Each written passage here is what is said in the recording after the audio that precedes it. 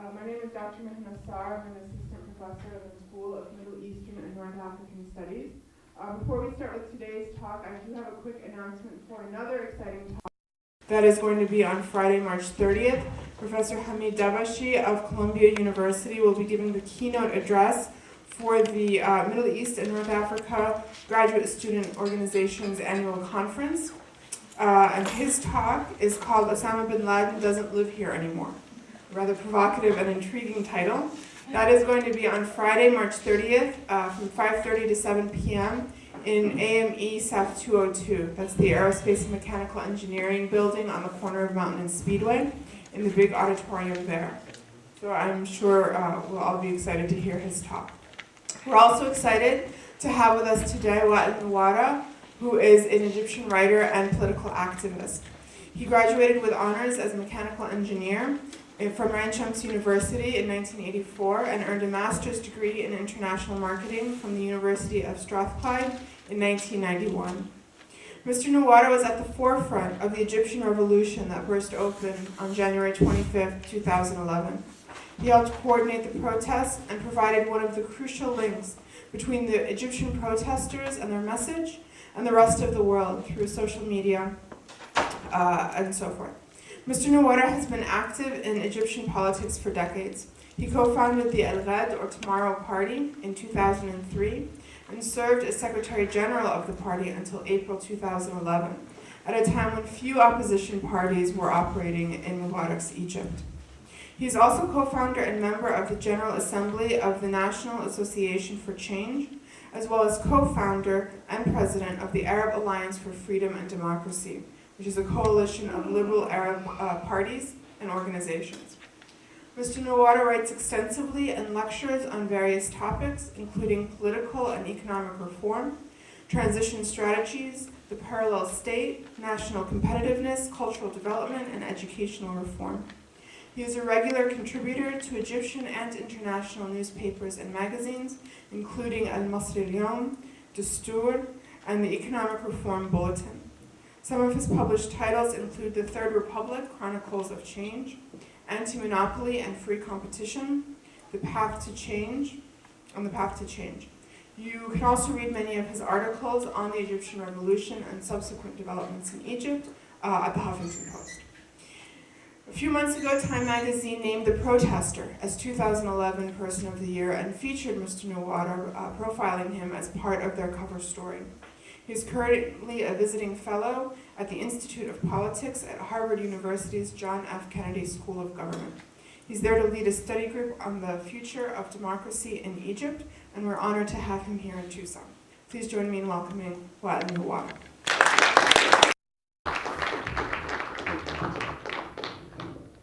Thank you.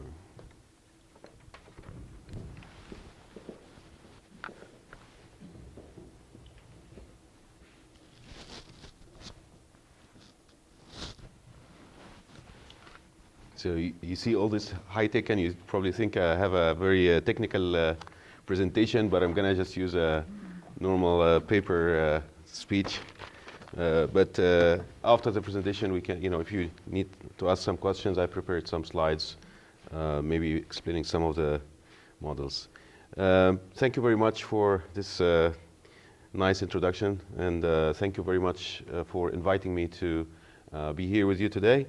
Esteemed friends, colleagues, ladies and gentlemen, I'm humbled to appear before you today here in Tucson and speak about the revolution, the quest for freedom, democracy, justice, and dignity. I'm humbled by your generosity to come this afternoon. I know many of you had a long day and is probably feeling a little bit sleep. I hope I don't put you to more sleep by my long presentation. I have tried to make it short. And I'm also humbled by the fact that those who deserve to be speaking about this revolution are unfortunately not with us today. They have willingly sacrificed their lives for the greater good in the highest form of patriotism, with a deep sense of comradeship to their fellow Egyptians and indeed towards men and women everywhere.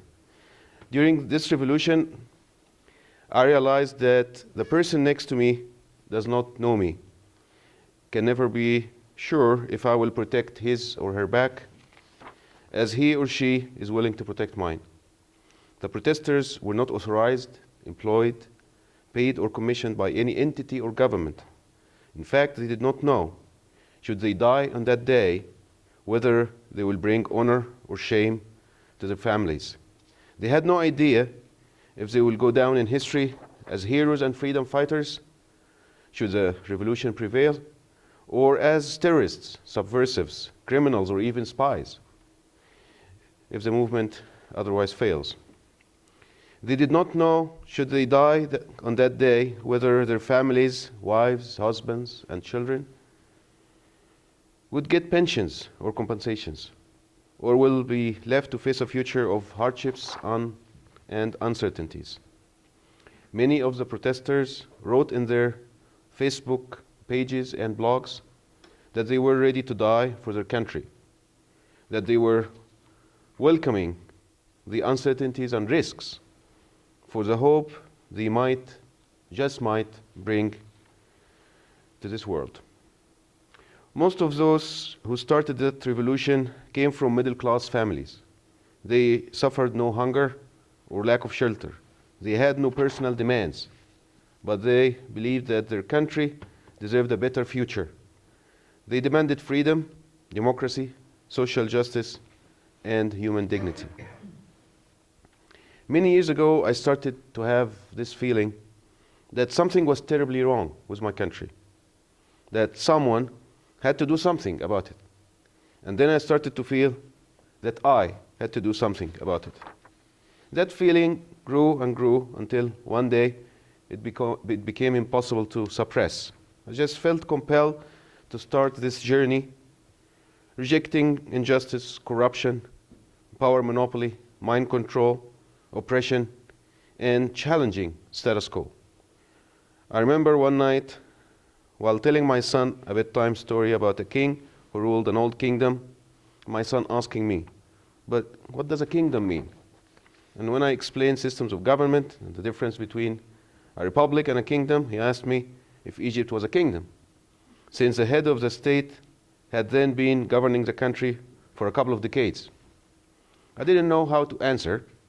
He went to sleep, as they usually do. But I remained haunted with the question for many years to come. After many years of trying to change the world, I discovered that we do not really change the world.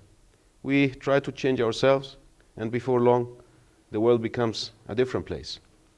In 2003, when I started the Ghad Party with a few colleagues, my friends could hardly hide how much they felt sorry for me, saying it was good and all what we were doing, but that we will never, ever see change in our lifetime.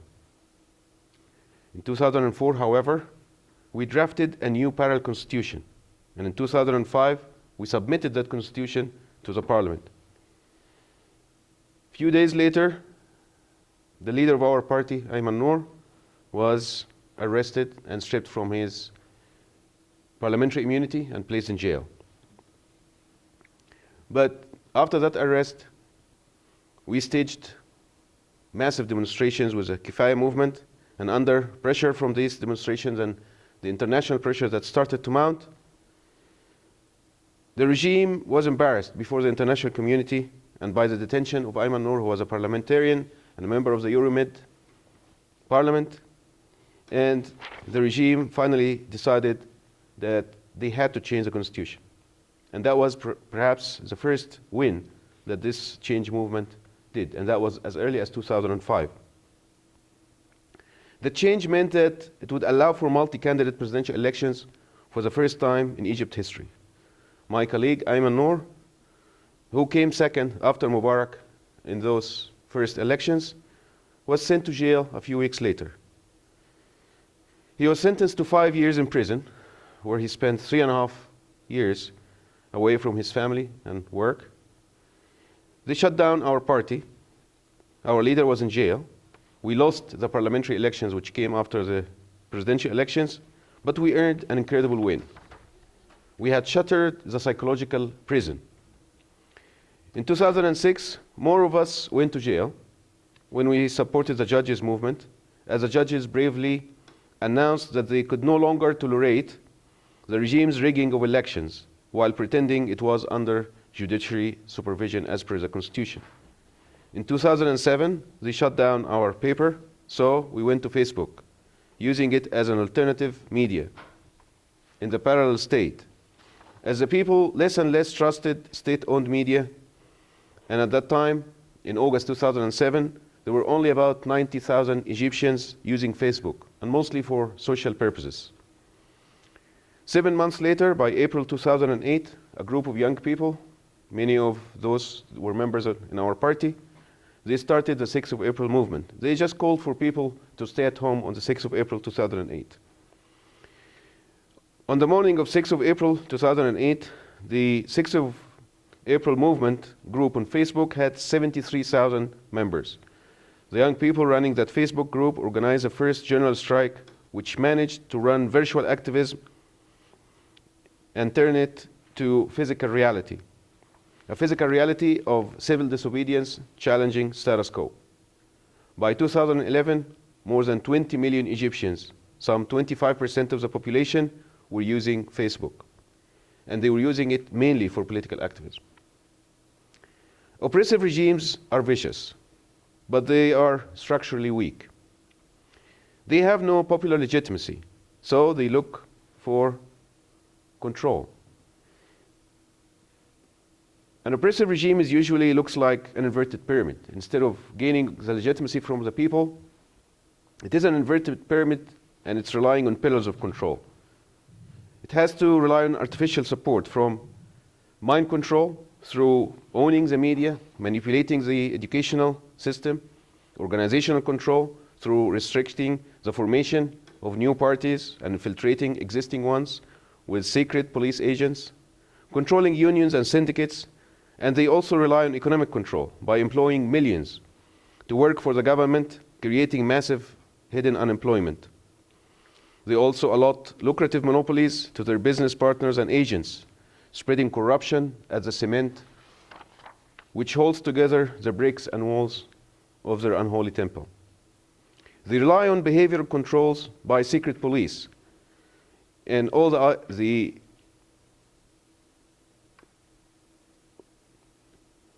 secret police, in fact, in Egypt, taps the phones of almost 200,000 people before the revolution. And after the revolution, Friday after Friday, we managed to dissolve the secret police, but I fear that it actually is coming under a new name. In combating that regime, all you need to do is knock down these pillars, knock them down one by one. We worked in the parallel state, challenging mind control through use of parallel media, setting up informal political movements, defying the restrictions, but mostly ridding ourselves from that mental prison. The mental prison had permeated the national conscience of Egyptian people. They felt this apathy. They were caged in accepting status quo, caged in apathy and hopelessness, and our main job was to challenge that apathy and challenge that mental prison. We had to introduce a different paradigm of hope, activism, confidence in the good nature of the people, and in our ability to change. A few days ago, we had a little talk at one of Harvard houses. It's called Kirkland House.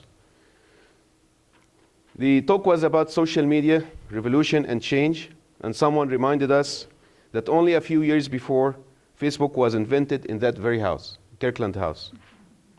It just shows you how much we are connected. In the afternoon of January 25th, 2011, I looked behind me in Tahrir Square and blogged live using my mobile phone before they cut the service. I blogged to Twitter and Facebook that I could not see the end of the demonstration. That night, after we kicked out from Tahrir Square, after massive shelling of tear gas, we were determined to go on. So we marched through the streets of Cairo. Next to me, there was this girl in jeans, and next to her, her friend, another girl wearing a headscarf. I was surrounded by people from all walks of life. We were chanting enthusiastically at 3 o'clock in the morning, demanding bread, freedom, social justice, and human dignity, and calling on the people who looked at us from the balconies to join us. We were demanding bread, freedom, social justice, and human dignity, not necessarily for ourselves, but for many of those who could not join us at that day, for those who still did not have a voice. At that moment, seeing those two girls and the tens of thousands of others, I knew that we've made it. The regime's grip over people's minds was finished.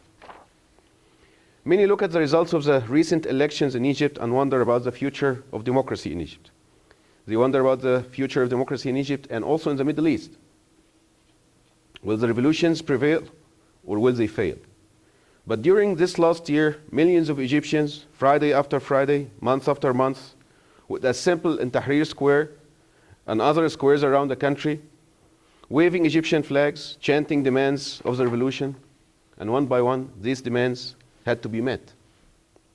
Today, when we look at the significant gains made by Islamist parties in Egypt and Tunisia, and we know that these parties were reluctant to join our support for the revolution,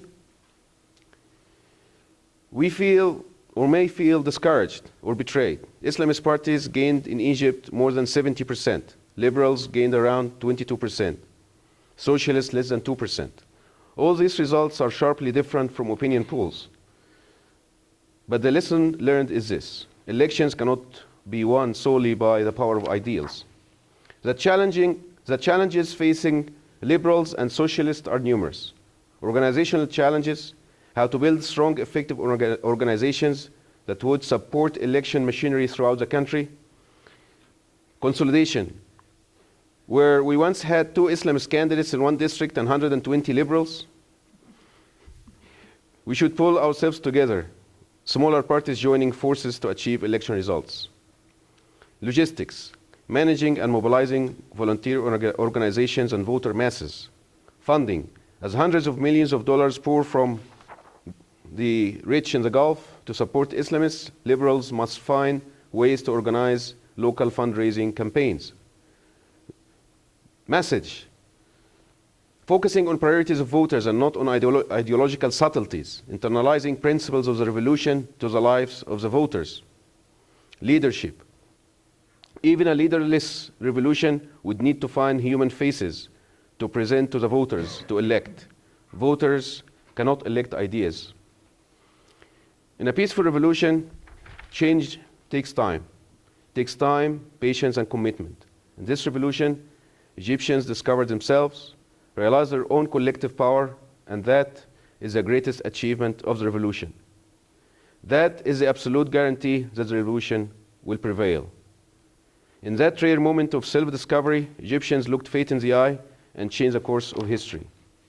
They changed the course of history with no violence, by their bare hands. As we get more interconnected, more networked, more and more people are demanding new power structures, flat structures which diminishes concentration of power to replace the old hierarchical ones. You have probably experienced some form of this here, perhaps in the Occupy movement or maybe in the Tea Party, but it appears that the message of change is becoming universal. Some wise guys say that we live in exponential times, but you do not need to be a futurist to know that. In the last 30 years alone, we have witnessed the personal computer to grow from having 10 megabyte of storage capacity to 500 gigabyte. That's 50,000-fold increase.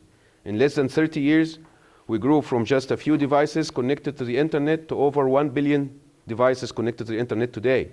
That's many million-fold increase. But please, do not be distracted by these impressive statistics. We will still have the basic need, the same basic need. We need clean air from our atmosphere to breathe, fresh water from our rivers and lakes to drink, food from the soil of the earth which we inhabit and share to eat. People still need to love and be loved on Facebook and Second Life, but also hopefully in the physical world. But what does that mean to us, citizens of this shared planet? When a society's success is measured by growth and growth alone, in production and consumption, although the earth itself does not grow, its natural resources are quickly being depleted. Can we even continue thinking like this? Or will we be able to shift from growth-centric obsession to a new paradigm of balance, providing jobs while seeking balance and sustainability. In a time where people expect that everything can expand exponentially, we will still have the same atmosphere or even less of it. Will we be able to make the right choices that will preserve the Earth as a viable planet for our children and grandchildren, just as we received it from our parents and grandparents? Will we be able to make the right choices to ensure that future citizens of this Earth will continue to have enough air, water, and food? Will we be able to make these tough choices under enormous pressures of media conglomerates, giant corporations, lobbies, interest groups, all pouring unprecedented funds, financing political and PR campaigns? I suspect that the challenges to democracy in Egypt are somewhat similar to those here. In place of one man, $1, one vote, we now find a few individuals exercising enormous disproportionate influence, both in media and in financial terms. In place of democracy as the rule of the people, who find extremists telling us that it is their interpretation of some sacred scripture that should rule and not the will of the people. We may be living on separate islands, but when the water rises, I fear that we will all drown, God forbids. We will be able to see beyond realism to post-realism, see that equality, justice, and balance are not just principles or perspectives, but are behavioral solutions that our ancestors learned over thousands of years in their journey of social evolution.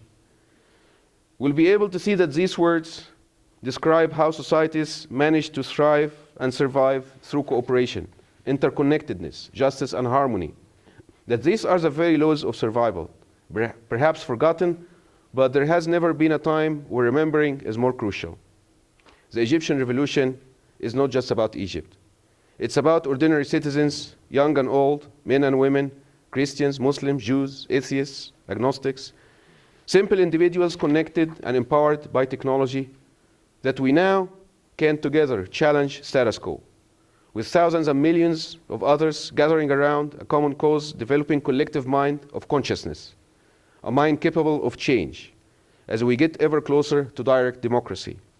For these reasons, when I find myself here with you in Tucson today, speaking with you, I never met you before, or never met most of you before, I never imagined that one day I'll be here speaking with you, finding that we share so many ideals, that we have so much in common. I know that together we will continue to challenge status quo. Deep in my heart, I know that together we can and we will change the world. Thank you very much.